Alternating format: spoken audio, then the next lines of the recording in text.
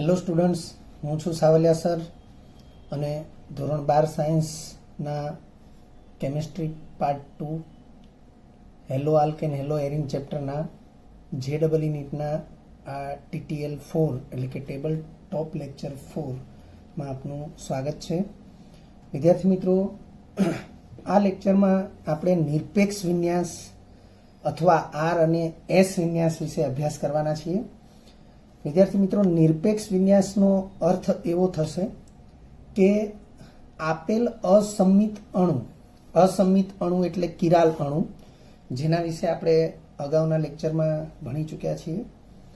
તો નિરપેક્ષ વિન્યાસ એટલે આપેલ અસમિત અણુના બે ભિન્ન બંધારણો એકબીજાની સાપેક્ષમાં નક્કી ન થઈ શકે તો એવા વિન્યાસ એને આપણે નિરપેક્ષ વિન્યાસ તરીકે ઓળખીશું. TTL 3માં આપણે કેપિટલ D અને કેપિટલ L વિન્યાસ વિશે અભ્યાસ કરેલો. આ વિન્યાસ એકબીજા માટે સાપેક્ષ વિન્યાસ છે, પરંતુ નિરપેક્ષ વિન્યાસમાં કોઈ એક વિન્યાસના આધારે એનો બીજો વિન્યાસ એ ચોકસાઈપૂર્વક નક્કી કરી શકાતો નથી અને તેથી તેવા બંને વિન્યાસ એકબીજા માટે નિરપેક્ષ વિન્યાસ ગણાશે. R અને S વિન્યાસ, તો એના માટે અહીંયા લેટિન ભાષાના અર્થ લખેલા છે. R એટલે રેક્ટસ કહેવાય, જેને જમણી બાજુ અથવા સમઘડી દિશા કહેવાય. તેમજ S એટલે સિનિસ્ટર કહેવાય. અહીંયા પ્રિન્ટિંગ મિસ્ટેક છે, એનો અર્થ ડાબી બાજુ અથવા વિષમઘડી દિશા થશે. અસમિત અણુનો નિરપેક્ષ વિન્યાસ નક્કી કરવા માટે બે તબક્કા છે અને એ બે તબક્કા મુજબ નિરપેક્ષ વિન્યાસ નક્કી થાય છે. એમાં પ્રથમ તબક્કો છે અગ્રિમતા ક્રમ નક્કી કરવો. અહીં લખ્યું છે ટાઇટલ A, અગ્રિમતાનો ક્રમ નક્કી કરવાના નિયમો. તો પ્રથમ તબક્કો છે કિરાલ કાર્બન સાથે જોડાયેલા ચારેય સમૂહોના અગ્રિમતા ક્રમ નક્કી કરવા. તો અગ્રિમતા ક્રમ નક્કી કરવાના નિયમો છે, એમાંથી પ્રથમ નિયમ છે પરમાણુ ક્રમાંકના સંદર્ભમાં. તો વિદ્યાર્થી મિત્રો, લખ્યું છે કે જે પરમાણુનો પરમાણુ ક્રમાંક સાપેક્ષમાં વધુ તેની અગ્રિમતા પણ સાપેક્ષમાં વધુ હોય છે.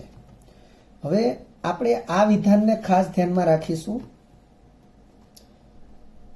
અગ્રિમતા વધુ તેમ અગ્રિમતા ક્રમ ઓછો. દાખલા તરીકે અગ્રિમતા વધુ તેમ અગ્રિમતા ક્રમ ઓછો, એના માટે આપણે વિચારીએ કે કોઈ સ્પર્ધા, એમાં સૌથી વધુ અગ્રિમ સ્થાને આવનાર ખેલાડી એને પ્રથમ ક્રમ આપવામાં આવે છે. ત્યારબાદની અગ્રિમતા ધરાવનાર ખેલાડી એને બીજો ક્રમ આપવામાં આવે છે. ત્યાર પછીની અગ્રિમતા ધરાવનાર ખેલાડી એને ત્રીજો ક્રમ આપવામાં આવે છે. કહેવાનો અર્થ અગ્રિમતાનો ક્રમ ઉતરતો જાય એમ અહીં અગ્રિમતા ક્રમ છે એનો ક્રમ વધતો જશે. એટલે આ બાબતને આપણે ખાસ ધ્યાનમાં રાખીશું. અહીં લખ્યું છે જે પરમાણુનો પરમાણુ ક્રમાંક સાપેક્ષમાં વધુ તેની અગ્રિમતા પણ સાપેક્ષમાં વધુ હોય છે. આ પરમાણુ જેની વાત થઈ રહી છે એ પરમાણુ એટલે કિરાલ કાર્બન સાથે જોડાયેલા પરમાણુ. આ પરમાણુ પોતે એકલો પણ હોઈ શકે અને કોઈ સમૂહનો પરમાણુ પણ હોઈ શકે. દાખલા તરીકે આ જે ચોકડી અથવા ક્રોસ છે એ કિરાલ કાર્બનનો ક્રોસ છે. ત્યાં આપણે સ્ટારની નિશાની કરી દઈએ. આ કિરાલ કાર્બન સાથે 4 પરમાણુ જોડાયેલા છે: ક્લોરીન, બ્રોમિન, આયોડિન અને હાઇડ્રોજન. તો આપણે એ ચારે ચારના પરમાણુ ક્રમાંક અહીં દર્શાવેલા છે. હાઇડ્રોજનનો પરમાણુ ક્રમાંક 1 છે, ક્લોરીનનો 17 છે, બ્રોમિનનો 35 અને આયોડિનનો પરમાણુ ક્રમાંક 53 છે. તો નિયમ પ્રમાણે આયોડિનનો પરમાણુ ક્રમાંક સૌથી વધારે છે એટલે એની અગ્રિમતા સૌથી વધારે થશે, પરંતુ અગ્રિમતા ક્રમ આપણે એને 1 આપીશું એટલે અગ્રિમતા ક્રમ એનો ઓછો ગણી શકાય. અગ્રિમતા વધુ પણ અગ્રિમતા ક્રમ ઓછો, એ રીતે આપણે ધ્યાનમાં રાખીશું. ત્યારબાદ બ્રોમિનનો પરમાણુ ક્રમાંક આવશે એટલે એને અગ્રિમતા ક્રમ 2 આપીશું. ત્યારબાદ ક્લોરીનનો પરમાણુ ક્રમાંક આવશે એટલે એને અગ્રિમતા ક્રમ 3 આપીશું અને સૌથી ઓછો પરમાણુ ક્રમાંક હાઇડ્રોજનનો છે અને તેથી આપણે એને અગ્રિમતા ક્રમ 4 આપીશું. ત્યારબાદ બીજો નિયમ છે સમસ્થાનિકોના સંદર્ભમાં. ફરીથી સમસ્થાનિકોના સંદર્ભમાં જેનો પરમાણુ દળાંક વધુ તેની અગ્રિમતા વધુ. એક ઉદાહરણ આપ્યું છે. આ કિરાલ કાર્બન છે. કિરાલ કાર્બન સાથે 4 પરમાણુ જોડાયેલા છે, આપણે જોઈ શકીએ છીએ. પરમાણુ ક્રમાંકની દ્રષ્ટિએ ક્લોરીનનો પરમાણુ ક્રમાંક એ સૌથી વધારે છે એટલે ત્યાં આપણે 1 નંબર આપ્યો. ક્લોરીનનો પરમાણુ ક્રમાંક 17 છે, હમણાં આપણે જોયું એ પ્રમાણે. પછી ફ્લોરીન છે, ફ્લોરીનનો પરમાણુ ક્રમાંક 9 થશે એટલે પરમાણુ ક્રમાંકની દ્રષ્ટિએ ક્લોરીન એને સૌથી વધુ પરમાણુ ક્રમાંક હોવાથી એનો અગ્રિમતા ક્રમ 1 થશે અને ફ્લોરીનનો પરમાણુ ક્રમાંક 9 હોવાથી એનો અગ્રિમતા ક્રમ 2 થશે. હવે આ ડી, કેપિટલ ડી અને કેપિટલ એચ એ હાઇડ્રોજનના સમસ્થાનિક છે. જે પૈકી ડી એટલે ડ્યુટેરિયમ એનો પરમાણુ દળાંક 2 થશે અને હાઇડ્રોજન જે સામાન્ય હાઇડ્રોજન છે એનો પરમાણુ દળાંક 1 થશે. તેથી સાપેક્ષમાં જેનો પરમાણુ દળાંક વધુ છે તેને આપણે વધુ અગ્રિમ ગણીશું અને તેથી આપણે ડી એને અગ્રિમતા ક્રમ 3 આપીશું અને હાઇડ્રોજન એને અગ્રિમતા ક્રમ 4 આપીશું. ત્રીજા નંબરનો નિયમ છે કિરાલ કાર્બન સાથે, આ જ્યાં ક્રોસ છે એ કિરાલ કાર્બન છે. કિરાલ કાર્બનની વ્યાખ્યા પ્રમાણે આપણે કિરાલ કાર્બનને વિચારીશું. તો કિરાલ કાર્બન સાથે સમાન પરમાણુ જોડાયેલા હોય, કિરાલ કાર્બન સાથે સમાન પરમાણુ જોડાયેલા હોય ત્યારે દ્વિતીયક પરમાણુના પરમાણુ ક્રમાંકને ધ્યાનમાં લેવામાં આવે છે. આ દ્વિતીયક પરમાણુ એટલે શું? આ નિયમ શું કહેવા માંગે છે? ઉદાહરણથી આપણે સમજી શકીએ છીએ. જેમ કે અહીં જે ઉદાહરણ આપવામાં આવ્યું છે એ ઉદાહરણ મુજબ આ કિરાલ કાર્બન છે જેની સાથે CH3 આ સ્થાન ઉપર છે. હવે આ જે CH3 છે એને હું CH2 બોન્ડ H એટલે CH3 જ થયું. અહીંયા CH2 CH3 છે તો CH2 બોન્ડ CH3. એ જ રીતે અહીંયા CH2 બોન્ડ Cl અને અહીંયા ફક્ત હાઇડ્રોજન. તો વિદ્યાર્થી મિત્રો આપણે અહીંયા જોઈએ તો કિરાલ કાર્બન સાથે કાર્બન જોડાયેલો છે, અહીંયા પણ કાર્બન જોડાયેલો છે, અહીંયા પણ કાર્બન જોડાયેલો છે. તો આ 3 સ્થાને કાર્બન છે અને આ 1 સ્થાને હાઇડ્રોજન છે. સૌથી પહેલા આપણે પરમાણુ ક્રમાંક પ્રમાણે વિચારીએ તો કાર્બનનો પરમાણુ ક્રમાંક 6 છે અને હાઇડ્રોજનનો પરમાણુ ક્રમાંક 1 છે. તો એ દ્રષ્ટિએ 3 સ્થાન ઉપર કાર્બન છે એટલે 1 થી 3 ક્રમ, 1 થી 3 ક્રમ એ તો આ સ્થાનમાં આવશે જ. તો હાઇડ્રોજન છે એને આપણે ચોથો ક્રમ આપવો જરૂરી બનશે એટલે અગ્રિમતા ક્રમ 4 થશે હાઇડ્રોજન માટે. અહીંયા પ્રિન્ટિંગ મિસ્ટેક છે એટલે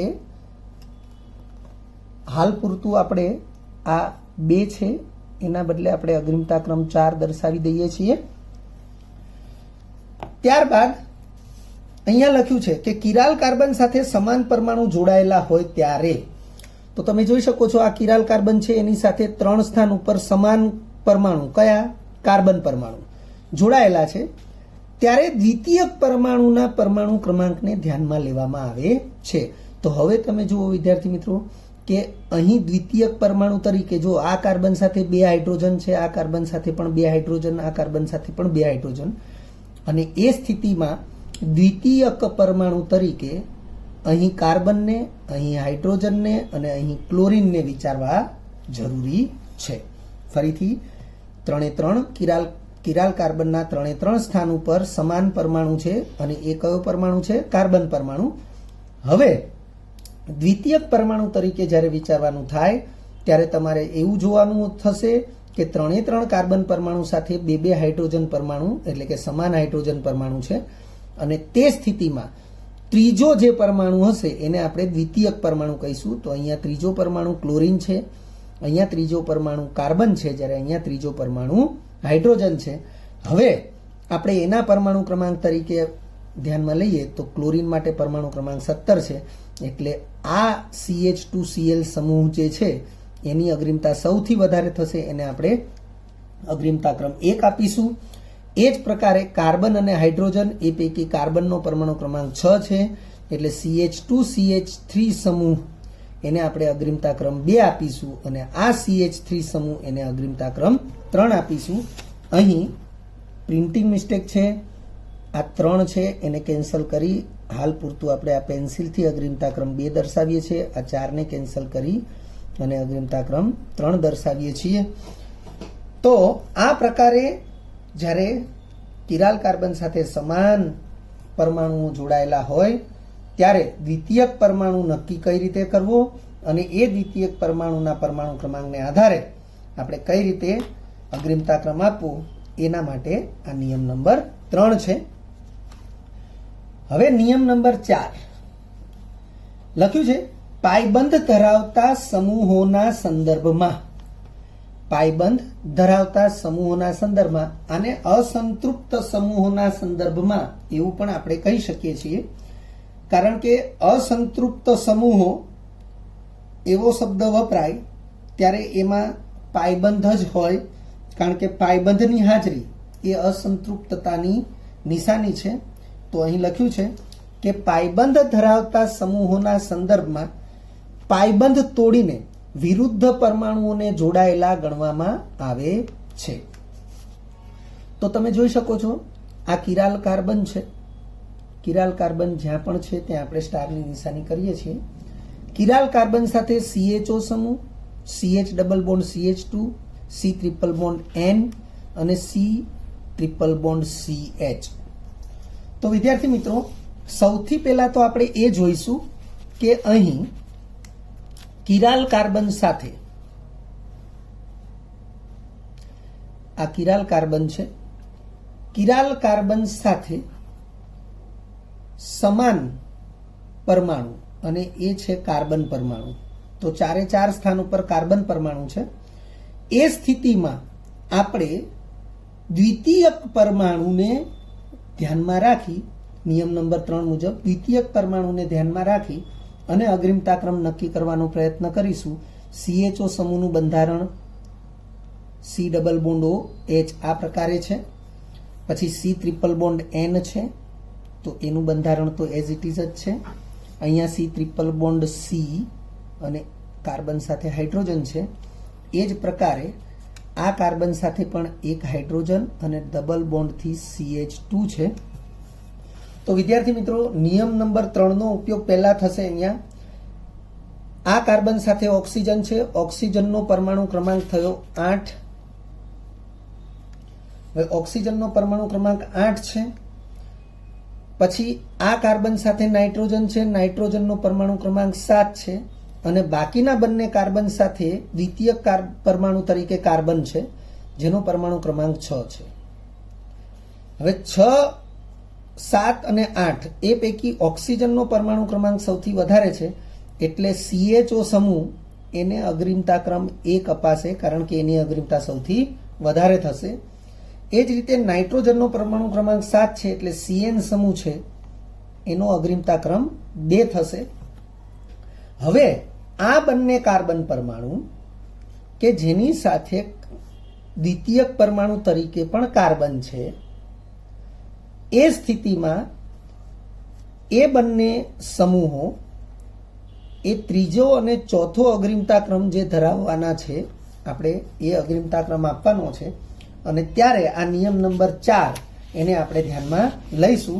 વિદ્યાર્થી મિત્રો, અહીં જે CH ડબલ બોન્ડ CH2 સમૂહ છે, bond CH double bond CH2, આ ડબલ બોન્ડમાં એક સિગ્મા બંધ એક પાયબંધ છે. આપણે પાયબંધને તોડીએ એટલે સિગ્મા બંધ બાકી રહેશે. એ સ્થિતિમાં બંને કાર્બનની એક સંયોજકતા ઊભી થશે અથવા બાકી રહેશે. આપણે એને આ રીતે સમજી શકીએ. સમૂહ છે CH ડબલ બોન્ડ CH2. હવે અહીં સમજાવવામાં આવ્યું છે એ પ્રમાણે કે બોન્ડ CH છે જ, ડબલ બોન્ડમાંથી સિગ્મા બંધને રહેવા દઈશું, પાઈ બંધને તોડીશું. જો પાઈ બંધને તોડવામાં આવે તો બંને કાર્બનની એક એક સંયોજકતા એ બાકી જ રહેશે, કારણ કે કાર્બનની કુલ સંયોજકતા 4 છે.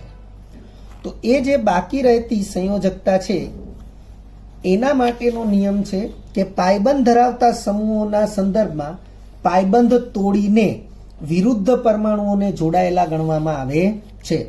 આ પાયબંધને આપણે તોડ્યો તો બંને કાર્બનની જે સંયોજકતા છે એ સંયોજકતા વિરુદ્ધ પરમાણુ, જેમ કે આ કાર્બન સાથે પાયબંધથી જે જોડાયો છે એ કાર્બન પરમાણુ જ છે, એટલે આને વિરુદ્ધ પરમાણુ ગણાશે, એને અહીંયા જોડવાનો થશે.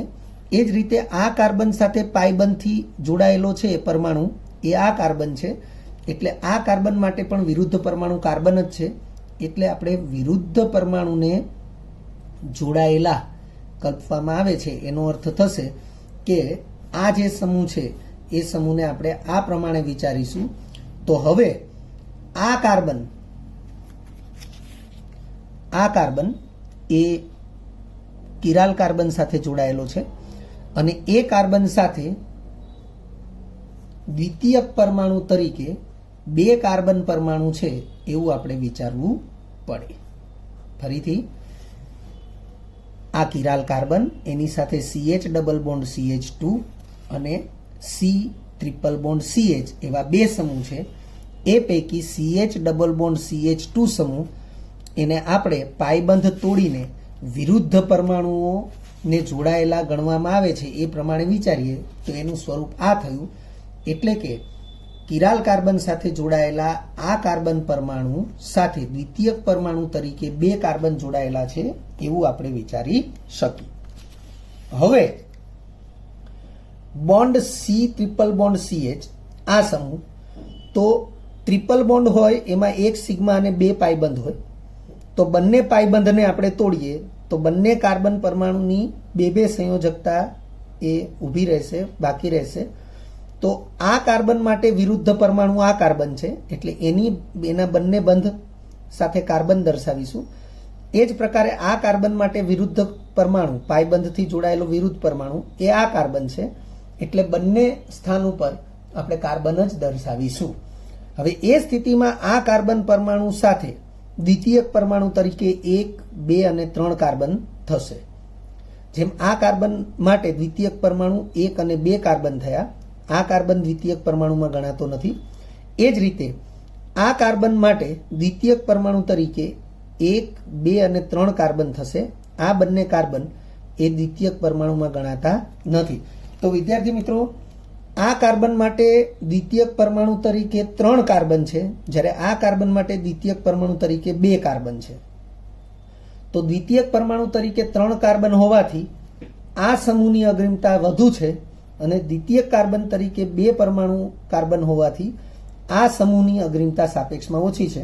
એટલે C ટ્રિપલ બોન્ડ CH સમૂહની અગ્રિમતા વધુ છે, એટલે એને અગ્રિમતા ક્રમ 3 આપીશું અને CH ડબલ બોન્ડ CH2 એની અગ્રિમતા સૌથી ઓછી છે અને તેથી એને અગ્રિમતા ક્રમ 4 આપીશું. વિદ્યાર્થી મિત્રો, અગ્રિમતા ક્રમ નક્કી કરવાના નિયમો પૂર્ણ થયા અને હવે બીજું સ્ટેપ છે R અને S વિન્યાસ નક્કી કરવો. આપણે કહ્યું એ પ્રમાણે કે નિરપેક્ષ વિન્યાસ નક્કી કરવા માટે 2 સ્ટેપ છે, 2 સોપાન છે. એમાં પ્રથમ સોપાન એને કેપિટલ A તરીકે આપણે અગ્રિમતા ક્રમ નક્કી કરવાના નિયમો તરીકે ભણ્યા છીએ અને એનું બીજું સોપાન એને કેપિટલ B તરીકે R અને S વિન્યાસ નક્કી કરવો. હવે R અને S વિન્યાસ 2 પ્રકારે નક્કી થશે, અથવા 2 સ્થિતિ અથવા વિન્યાસ દિશાકીય સ્થાન એના આધારે નક્કી થશે. એમાં પહેલા નંબરે લખ્યું છે કે અસંમિત અણુની ફિશર રચનામાં, વિદ્યાર્થી મિત્રો ફિશર રચના વિશે આપણે અભ્યાસ કરી ચૂક્યા છીએ.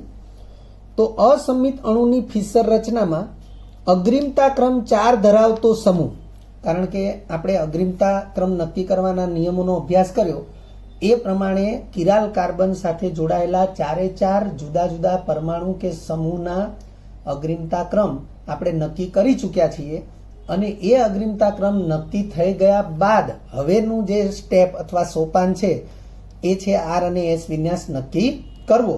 તો અહીં લખ્યું છે એ પ્રમાણે પહેલા નંબરે અસંમિત અણુની ફિશર રચનામાં અગ્રિમતા ક્રમ 4 ધરાવતો સમૂહ કે પરમાણુ કિરાલ કાર્બનની ડાબી કે જમણી તરફ, ડાબી કે જમણી તરફ વિદ્યાર્થી મિત્રો આપણને ખ્યાલ છે કે ફિશર રચનામાં હંમેશા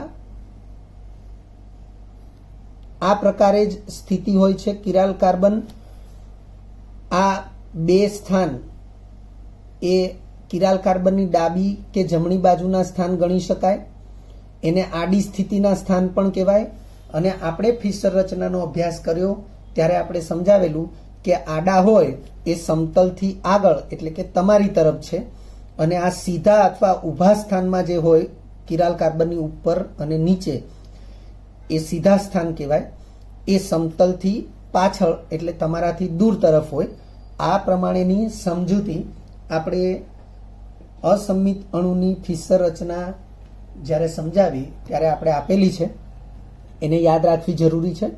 તો લખ્યું છે અસંમિત અણુની ફિશર રચનામાં અગ્રિમતા ક્રમ 4 ધરાવતો સમૂહ કે પરમાણુ કિરાલ કાર્બનની ડાબી કે જમણી તરફ એટલે કે આડી સ્થિતિમાં ગોઠવાયેલો હોય તેમજ અગ્રિમતા ક્રમ 1 થી 3 ધરાવતા સમૂહો જો, હવે બે પોસિબિલિટીઝ અથવા બે શક્યતાઓ કે 1 થી 3 અગ્રિમતા ક્રમ ધરાવતા સમૂહો સમઘડી દિશામાં ગોઠવાયેલા હોય તો તેને એસ વિન્યાસ કહે છે અને વિષમઘડી દિશામાં ગોઠવાયેલા હોય તો તેને આર વિન્યાસ કહે છે. વિદ્યાર્થી મિત્રો, લેક્ચરની શરૂઆતમાં આપણે આ પ્રકારે સમજાવેલું છે કે આર એટલે જમણી બાજુ સમઘડી, એસ એટલે ડાબી બાજુ વિષમઘડી. ટૂંકમાં આર એટલે સમઘડી અને એસ એટલે વિષમઘડી. અહીં લખ્યું છે કે અગ્રિમતા ક્રમ 1 થી 3 ધરાવતા સમૂહો સમઘડી દિશામાં હોય તો સમઘડી પ્રમાણે હોવું જોઈએ આર અને વિષમઘડી પ્રમાણે હોવું જોઈએ એસ, પણ અહીં સમઘડી દિશામાં ગોઠવાયેલો હોય તો એસ વિન્યાસ આપ્યું છે અને વિષમઘડી દિશામાં ગોઠવાયેલું હોય તો આર વિન્યાસ આપ્યું છે. એટલે વિરોધાભાસ આપ્યો છે એવું યાદ રાખજો, બરોબર.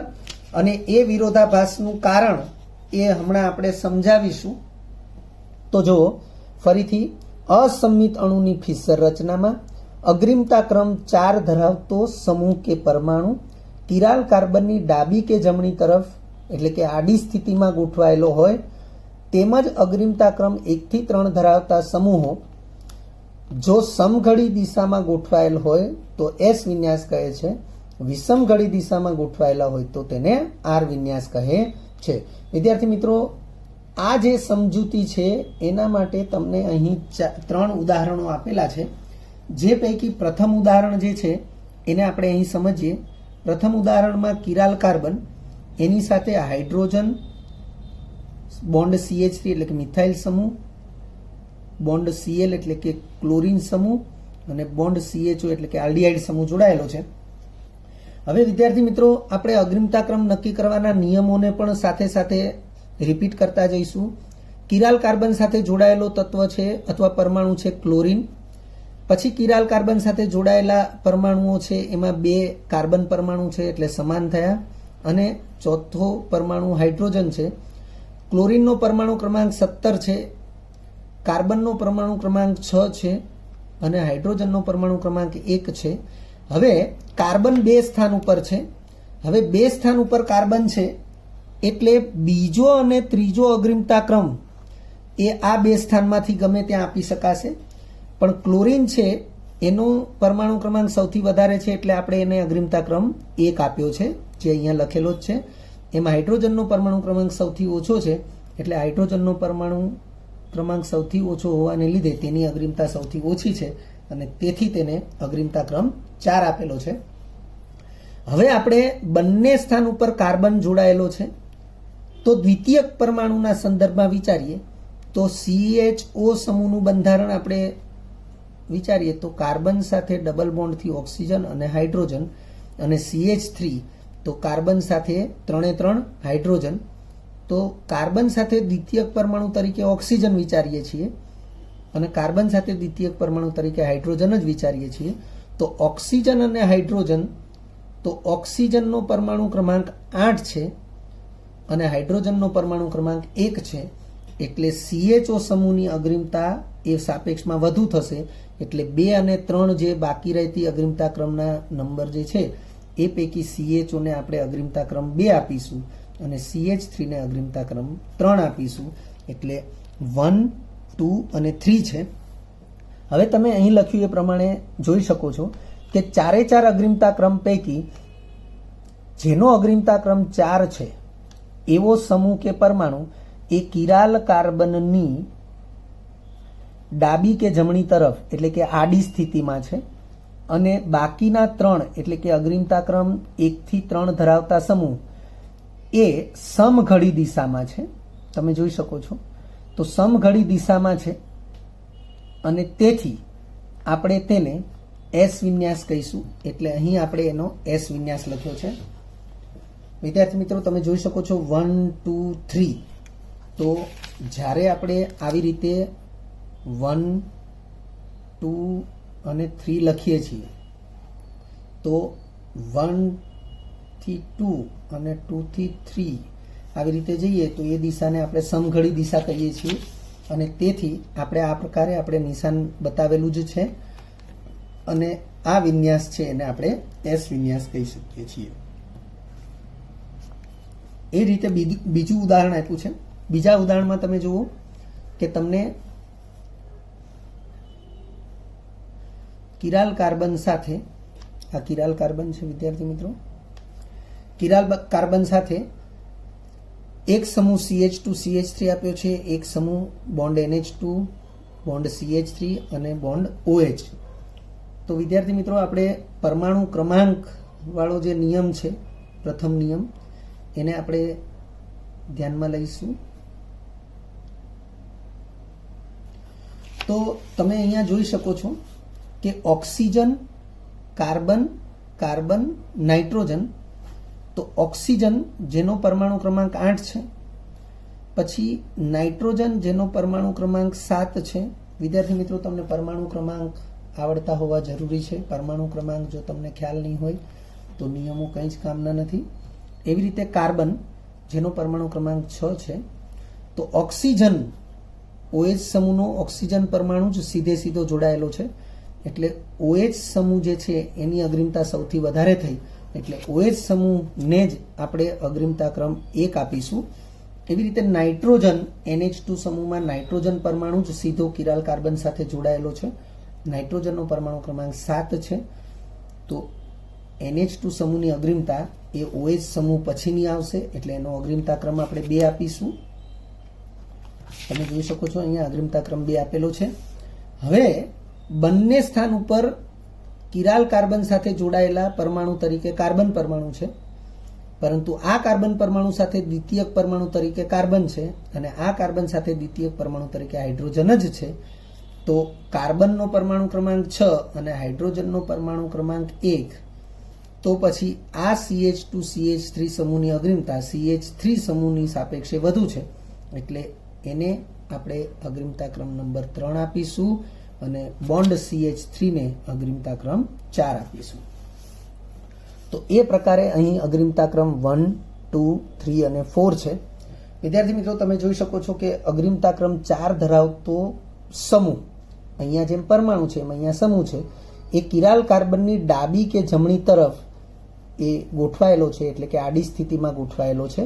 અને ત્યાર પછી આપણે વિચારવાનું છે કે અગ્રીમતા ક્રમ 1 થી 3 ધરાવતા સમૂહ, તો અગ્રીમતા ક્રમ 1 થી 3 ધરાવતા સમૂહ એ વિષમઘડી દિશામાં ગોઠવાયેલા હોય તો તેને આર વિન્યાસ કહેવાય.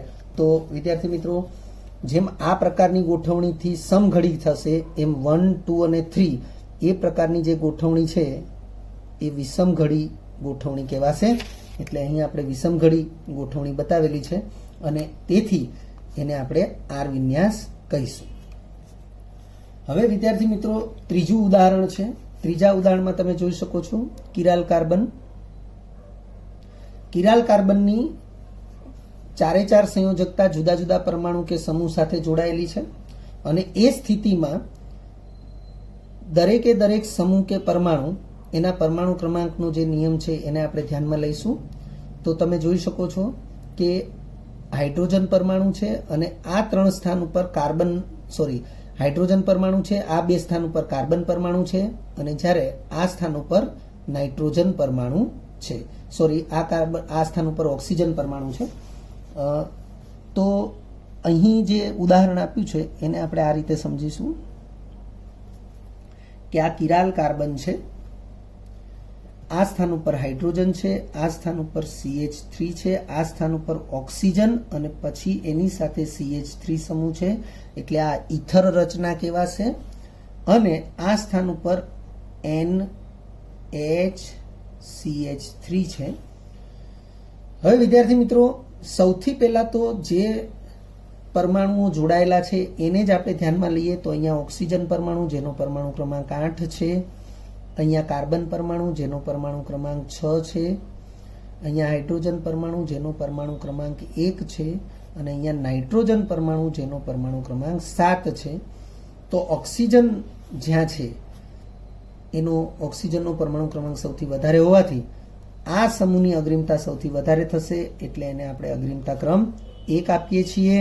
ત્યારબાદ નાઇટ્રોજન જે સમૂહમાં છે, નાઇટ્રોજન પરમાણુ ડાયરેક્ટ જોડાયેલો છે અને તેથી નાઇટ્રોજનના પરમાણુ ક્રમાંકને અનુરૂપ આ સમૂહની અગ્રીમતા ત્યાર પછીની થશે એટલે એને આપણે અગ્રીમતા ક્રમ નંબર 2 આપીશું. પછી કાર્બનનો પરમાણુ ક્રમાંક 6 અને હાઇડ્રોજનનો 1, તો કાર્બનના પરમાણુ ક્રમાંકને અનુરૂપ તેની અગ્રીમતા હાઇડ્રોજનની સાપેક્ષે વધારે થશે એટલે એને આપણે અગ્રીમતા ક્રમ નંબર 3 આપીશું અને હાઇડ્રોજનને અગ્રીમતા ક્રમ નંબર 4 આપીશું. તમે જોઈ શકો છો વિદ્યાર્થી મિત્રો, હવે અહીં આ સૂચના અથવા તો આ નોંધ પ્રમાણે જ અગ્રીમતા ક્રમ 4 ધરાવતો સમૂહ એ કિરાલ કાર્બનની ડાબી અથવા જમણી બાજુએ છે.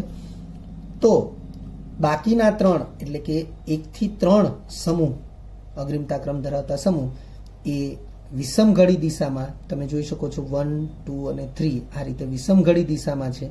તો વિષમઘડી દિશામાં હોય તો તેને આર વિન્યાસ કહે છે. તો આ વિન્યાસને આપણે આર વિન્યાસ કહીશું.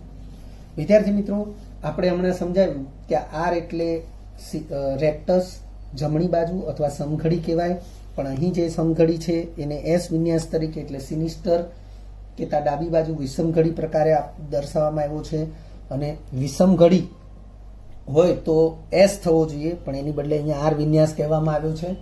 તો એની માટેનું મૂળ રીઝન આપણે આ રીતે સમજીશું કે હંમેશા આર અને એસ વિન્યાસ એ અગ્રીમતા ક્રમ 4 ધરાવતા સમૂહની સાપેક્ષે જ નક્કી થશે. અગ્રીમતા ક્રમ દર્શાવ્યા બાદ આર અને એસ વિન્યાસ નક્કી કરવા માટેની જે મૂળભૂત પદ્ધતિ છે એ પદ્ધતિ જે છે એ છે ત્રિપરિમાણીય પદ્ધતિ અને ત્રિપરિમાણીય પદ્ધતિ વધારે અટપટી હોવાથી ફિશર રચનાને અનુરૂપ જે પદ્ધતિ છે એનો ઉપયોગ થાય છે અને એ પદ્ધતિમાં આ પ્રકારનું વિધાન યાદ રાખવું જરૂરી છે કે જો અગ્રીમતા ક્રમ આડી સ્થિતિમાં હોય તો તે આડું કામ કરશે. આડું કામ એનો મતલબ થશે કે સમઘડી હોવા છતાં આર વિન્યાસ નહીં દર્શાવે પરંતુ એનાથી વિરુદ્ધ એટલે કે એસ વિન્યાસ દર્શાવશે. એ જ રીતે 1 થી 3 અગ્રીમતા ધરાવતા સમૂહ વિષમઘડી દિશામાં ગોઠવાયેલા હોવા છતાં તે એસ વિન્યાસ નહીં દર્શાવે પરંતુ આર વિન્યાસ દર્શાવશે. એટલે મારા શબ્દો ફરીથી યાદ રાખી લો વિદ્યાર્થી મિત્રો કે જો ફિશર રચનામાં અગ્રીમતા ક્રમ 4 ધરાવતો સમૂહ એ આડી સ્થિતિમાં હશે તો એ આડું કામ કરશે એટલે કે સીધું કામ નહીં કરે. સીધું કામ નહીં કરે એનો મતલબ કે સમઘડી દિશામાં 1 થી 3 અગ્રીમતા ક્રમ ધરાવતા સમૂહ ગોઠવાયેલા હોય તો આર વિન્યાસ થવો જોઈએ, પરંતુ મેં કીધું એ પ્રમાણે અગ્રીમતા ક્રમ 4 ધરાવતો સમૂહ એ આડી સ્થિતિમાં ગોઠવાયેલો હોય તો એ આડું કામ કરશે એટલે કે સમઘડી દિશામાં 1 થી 3 અગ્રીમતા ક્રમ ધરાવતા સમૂહ ગોઠવાયેલા હોવા છતાં તેને એસ વિન્યાસ બનાવશે અને વિષમઘડી દિશામાં ગોઠવાયેલા હોવા છતાં તેને આર વિન્યાસ બનાવશે.